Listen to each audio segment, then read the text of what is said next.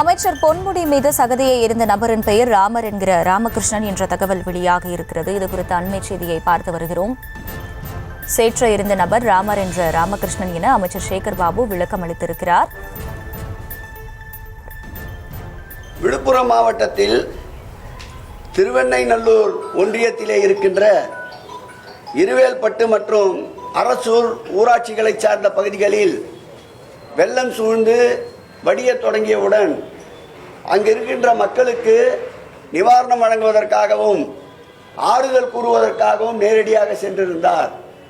அந்த இடத்தில் ஒரு குறிப்பிட்ட கட்சியை சார்ந்த அரசூர் ஊராட்சியிலே இருக்கின்ற குறிப்பாக மகளிரணியை சார்ந்த விஜயராணியும் அவரது உறவினர் ராமர் என்பவரும் உள்நோக்கத்தோடு வேண்டுமென்று அவர் மீது சேற்றை வாரி இறைத்திருக்கின்றார்கள்.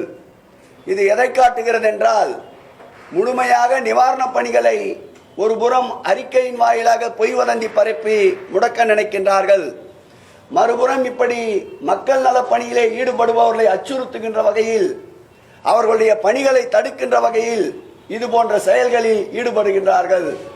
இப்படிப்பட்ட தடைகளை தாண்டி வளர்ந்த இயக்கம்தான் திராவிட முன்னேற்ற கழகம், திராவிட மாடல் அரசு.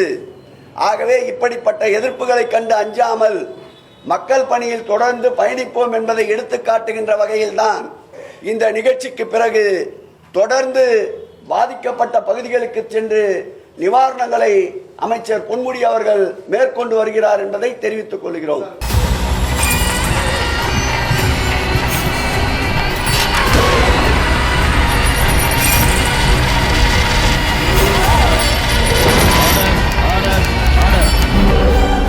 குற்றங்களின் மறுபரிமாணம் நிகழ்தகவு நமது நியூஸ் தமிழ் தொலைக்காட்சியில் விரைவில்.